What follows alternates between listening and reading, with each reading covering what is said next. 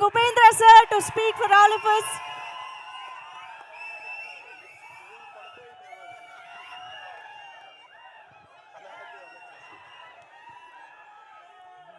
Hi అందరికీ నమస్కారం. రియల్గా దేవుడు మీరు గాడ్ గాడ్ అని చెప్తున్నారు, నాకు అదే గుర్తొచ్చింది. గాడ్ ఎక్కడ కనబడతాడంటే ఇక్కడే కనబడేది. ఇలాంటి ఫంక్షన్లో కనబడతారు, ఇలాంటి గ్రేట్ టెక్నీషియన్స్తో కనబడతారు. నేను గాడ్ చూశాను ఈరోజు. Really god is great. You are all god. Thank you. ఏమంటే ఫస్ట్ అర్జున్ సార్ గురించి చెప్పాలి నేను. Action king. మనకి అప్పుడు స్కూల్ టైంలో మనకి యాక్షన్ కింగ్ కర్ణాటకలో అంటే అర్జున్ సారే. అలాంటి పెద్ద పెద్ద హిట్ ఇచ్చి మనకి కరాటే కింగ్. కరాటే అప్పుడు కరాటే అంటే అంత ఫేమస్, బ్రూస్లీ గీస్లీ వచ్చిన టైము. ఆ టైంలో అర్జున్ గారు మనకి ఇండియాలో ఒక బ్రూస్లీ లాగా కర్ణాటకలో అంత craze. 2-3 film super duper hit అయింది. తర్వాత చూస్తే 1 ఇయర్ ఎక్కడా అని తెలీదు. టప్ అని తమిళ్లో ఒక బిగ్ స్టార్లో మళ్ళీ యాక్షన్ స్టార్ లాగా, అప్పుడే పాన్ ఇండియా స్టార్ ఆయన. 1 డే సీఎం. నాకు ఎలా అంటే ఫస్ట్ ఆఫర్, నేను కాలేజీలో చదివే టైంలో నాకు ఫస్ట్ డైలాగ్ రైటర్గా ఆఫర్ ఇచ్చిన గ్రేట్ ఫ్రెండ్, నాకు గ్రేట్ ఇన్స్పిరేషన్ సార్ మీరు నాకు రియల్గా. ఇప్పుడు ఎంత గర్వపడుతున్నానంటే ఈ స్టేజ్లో ఆయనతో షేర్ చేసేది నాకు చాలా గర్వంగా ఉంది. Thank you very much sir. అప్పుడు నాకు ఆపర్చునిటీ ఇచ్చారు, ఇప్పుడు నా అన్నయ్య కొడుకుకి ఆపర్చునిటీ ఇచ్చారు. Thank you very much sir. బ్యూటిఫుల్గా ఉంది కాంబినేషన్, ఎక్స్ట్రాండరీ. మీరు అందరూ ఎఫర్ట్ చాలా ఉంది. అందరూ మాట్లాడారు, నాకేం మాట్లాడో తెలియదు. సార్ మీ గురించి ఏం సార్ నేను మాట్లాడేది? నేను ఫ్యాన్ అని చెప్పకూడదు, చాలామంది ఆల్మోస్ట్ ఆల్ డైరెక్టర్ మీకు ఫ్యాన్ సార్. ఒక డిఫరెంట్ సబ్జెక్ట్ని కమర్షియల్గా ఎలా పంచ్ కొట్టాలి, తగ్గేదే లేదని చూపించిన డైరెక్టర్ సార్ మీరు. మీరు చాలా థ్యాంక్స్ సార్ మీరు వచ్చిన దానికి. I'm really very very happy. And this teaser Seethapayanam గురించి చెప్పాలి అంటే చాలా అన్యూజువల్గా. నేను ఒకసారి ఒక హాఫ్ అన్ అవర్ ఇలాగే, ఎలా చిరంజీవి గారు మీరు కలిశారో నన్ను ఒకసారి మీట్ చేసి ఒకసారి అలాగే కలిసాము. ఒక లైన్ చెప్పారు, అది ఎంత బ్యూటిఫుల్గా ఉంది అంటే అప్పుడే ఫిలం చూసేసాను నేను, అంత బ్యూటిఫుల్గా చెప్పారు. బట్ ఇక్కడ ఒక కిక్ ఇచ్చారు, అలాగే ఒక లవ్ స్టోరీ బ్యూటిఫుల్గా. ఇదైతే టక్ అని ధృవ గారు వచ్చారు, ఒక యాక్షన్ పంచ్ ఇచ్చారు, అర్జున్ గారు వచ్చారు. అది థ్రిల్ అంటే, అది యాక్షన్ హీరో అంటే. సార్ డెఫినెట్గా ఎక్స్ట్రాండరీ ఉంటుంది సార్ ఈ ఫిలము. ఇక్కడే నేను ఆ పాజిటివ్ వైబ్రేషన్ చూసేసాను. డెఫినెట్గా ఈ ఫిలము చాలా పెద్ద హిట్ అవుతుంది అని కోరుకుంటాను. అండ్ మీరిద్దరూ చాలా బాగా కనబడుతూ ఉన్నారు. పేర్ బ్యూటిఫుల్గా ఉంది. I have seen some of the songs also, it is beautiful. And I wish you all the best అందరికీ. అది ఆంధ్ర కింగ్ నేను కాదు, చాలామంది ఆంధ్ర కింగ్ ఉన్నారు, నేను ఒక రిప్రజెంట్ చేస్తున్నాను వాళ్ళందరికీ, అంతే. Thank you. నేను సుకుమార్ మాట వినాలి అని వెయిట్ చేస్తూ ఉన్నాను. Thank you.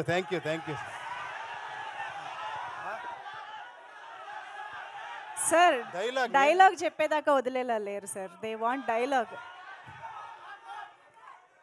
ధిక్కార కంటే అధికారం ఇది ఎక్కువ, అది కాదు. ఓకేనా? తెలుసా మీకు సార్? ఏమంటే ఒకే ఒక నిమిషం, కరెక్ట్గా చెప్పారు మీరు. పిచ్చిగా ఫిలం చేస్తారని. నా ఎఫర్ట్ ఏం తెలుసా సార్? నేను హీరో అయిపోయాను కదా సార్. నెక్స్ట్ ఒక్క నిమిషం నాకేమంటే, హీరోని ఎలివేట్ చేస్తారు కదా సార్, నాకు ఒక డిఫరెంట్గా చేస్తాము, ఆడియన్స్ని ఎలివేట్ చేస్తామని నా ప్రయత్నం సార్. నేను మిమ్మల్ని అందరినీ హీరోగా చూడాలని నేను ట్రై చేస్తున్నాను. వాళ్ళు చెప్తా, లేదు సార్ మీరే హీరో అవ్వండి. నేను మిమ్మల్ని హీరోగా ఒక్కసారి చూస్తాను, నేను ట్రై చేస్తూనే ఉంటాను. నాకెప్పుడు ఇక్కడే హీరో కనబడేది.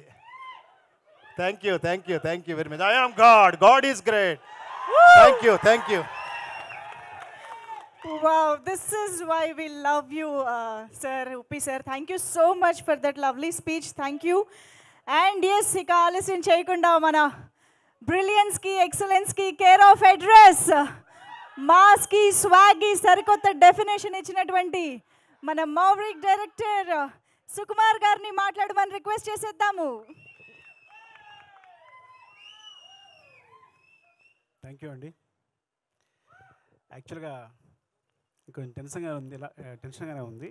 ఎలా అంటే ఇక్కడ ఇద్దరు లెజెండ్స్, ఇద్దరు దిగ్గజాలు, పైగా ఇద్దరు యాక్టర్సే కాదు, డైరెక్టర్స్ కూడా. ఆలోచించండి, చాలా చాలా అరుదుగా డైరెక్టర్గా హీరో సక్సెస్ అయిన వాళ్ళు చాలా తక్కువ మంది ఉంటారు. అలా సో డైరెక్టర్ కమ్ హీరోస్ ఇద్దరు కూడా, అర్జున్ సర్జా గారు, ఉపేంద్ర గారు. అర్జున్ సార్ అయితే నేను హనుమాన్ జంక్షన్కి అసిస్టెంట్ డైరెక్టర్గా చేశాను. అసిస్టెంట్ డైరెక్టర్ చేసేటప్పుడు, వేడిగా చేసేటప్పుడు దూరం చూస్తుండిపోయాను ఆయన్ని. అంటే చాలా కంపోజ్డ్గా, ఇప్పటికీ అదే బాడీ లాంగ్వేజ్, అదే నవ్వు, చాలా వెరీ, అంటే ఎవరైనా అడ్మైర్ అయిపోతారు, ఎవరైనా అట్రాక్ట్ అయిపోతారు ఆయనకి. ఎవరైనా ముందు ఆయన్ని రెస్పెక్ట్ ఇచ్చేస్తారు. అట్లా ఉంటుంది ఇప్పటికీ బాడీ లాంగ్వేజ్ కూడా. అప్పుడు కూడా సెట్లో కూడా అంత కంపోజ్గా బిహేవ్ చేసేవారు.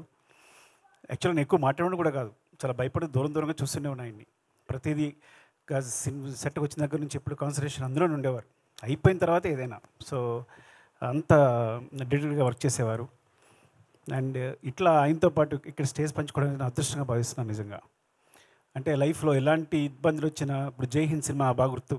అంటే కొన్ని సినిమాలు అయితే ఆయన క్రూషియల్ పొజిషన్ ఉన్నప్పుడు తను సొంతంగా అన్ని డబ్బులు పెట్టి డైరెక్ట్ చేసుకుని తాను హీరోగా ఎస్టాబ్లిష్ చేసుకున్న డైరెక్టర్ కమ్ హీరో ఆయన. చాలా తక్కువగా జరుగుతుంది అది. అంటే ఆయన నిలబెట్టుకున్నారు మొత్తం అంతా పెట్టేసి. సో ఒక ఫాదర్ ఎమోషన్ తెలుసు నాకు. సుకృతి హీరోగా చేసినప్పుడు, హీరోయిన్గా ఒక సినిమా చేసినప్పుడు ఇందాక కూడా అదే చెప్పాను. అంటే నిజంగా కూతురి కోసం ఆయన ఈ సినిమా చేసేది. నాకు కూడా కథ చెప్పారు బిగినింగ్లో, చాలా బాగుంది, చాలా మంచి పాయింట్ సార్, చాలా బాగుందని చెప్పాను. ఈ సినిమా జర్నీనే ఒక సినిమా తీసేయచ్చు. ఆయన తన కథ మీద, డాటర్ మీద ఉన్న ప్రేమతో ఒక సినిమా కోసం ఇప్పటికీ పరితపిస్తూ ఆయన డైరెక్ట్ చేసిన విధానం మొత్తం, ఆ జర్నీనే ఒక సినిమా తీసేయచ్చు.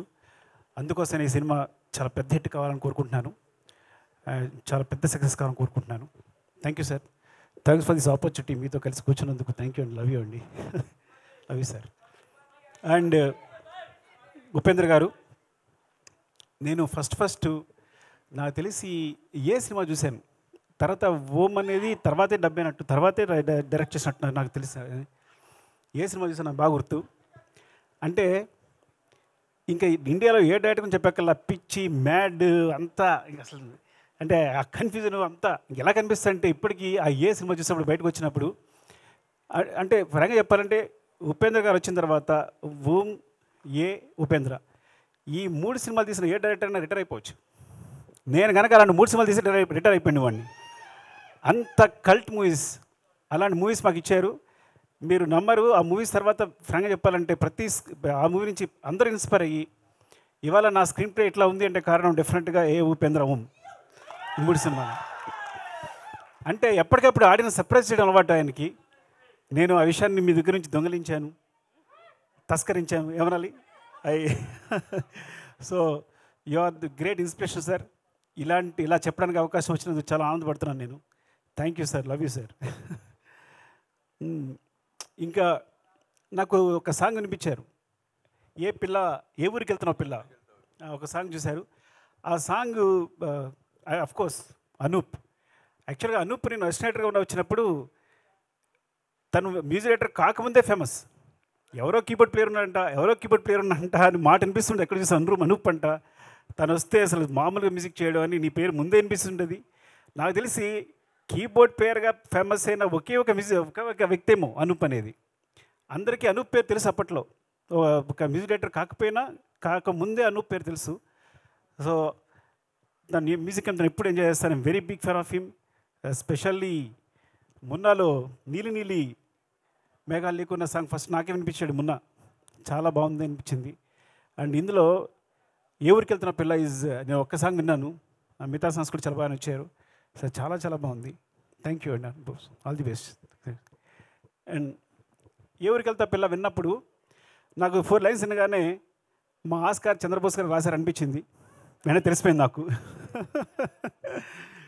సో ఆయన ఆత్మ నాకు తెలుసు కాబట్టి ఒక 3rd, 4th లైన్ అని నేను అడగక్కర్లా ఎవరు రాశారంటే చంద్రబోస్ గారని. అండ్ మా జర్నీ చాలా మొదటి నుంచి ఆయనతో జర్నీ చేస్తున్నాం, మీ ఇద్దరం రాసుకుంటాం. ఇండస్ట్రీలో ఎవరితోనే కూర్చుని కొన్ని క్షణాలు ఆనందపడే సమయం ఉంటే అది చంద్రబోస్ గారితోనే. And love you and thank you Bose గారు. మళ్ళీ చాలా రోజుల తర్వాత కలుసుకున్నాం. మీరు నాకు ఫోన్ చేయట్లేదు, ఇంట్లోనే ఫోన్ చేస్తున్నారు. సో సాంగ్ విన్న తర్వాత మూమెంట్స్ చాలా బాగున్నాయి సార్, మూమెంట్స్ చాలా బాగున్నాయి, ఎవరు చేశారంటే సృష్టి అని చెప్పారు. సో యాక్చువల్గా సృష్టి సాంగే మర్చిపోతున్నాను నేను. సూసేకి సాంగ్కి యాక్చువల్గా మూమెంట్స్ అని తనే కంపోజ్ చేసింది. ఆల్మోస్ట్ 80% మూమెంట్స్ అని తనవే, 80% మూమెంట్స్ అన్నీ తనవే.